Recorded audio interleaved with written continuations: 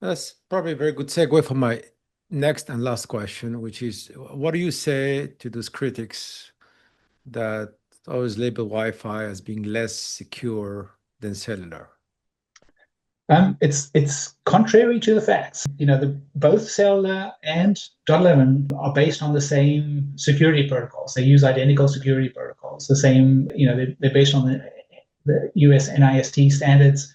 Both of them are compliant with those standards.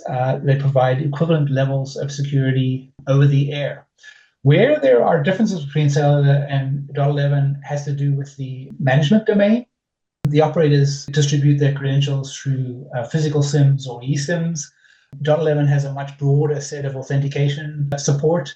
We have, for example, in the home networks, we have pre-shared key, or we call pre-shared key support, which is based on the entering passwords on the various devices. That's a simple mechanism that's required for home use. I mean, there's not going to be anything more complicated in a home.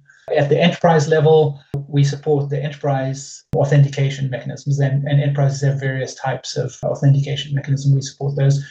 .11 also supports the type of security that Cellular provisions with the equivalent of the SIM distribution. We have supported that going back since modern security was introduced into .11.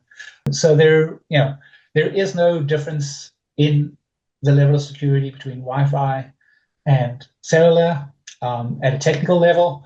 If there are any differences, it's at the management level. It's at the deployment level. Who owns the network and how they manage security on that network.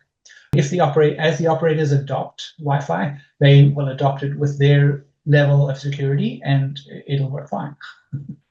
Well, I hope we can contribute to removing that myth that that I hear very often, and this doesn't seem to go away. So appreciate you contributing to that. So that would be all for today.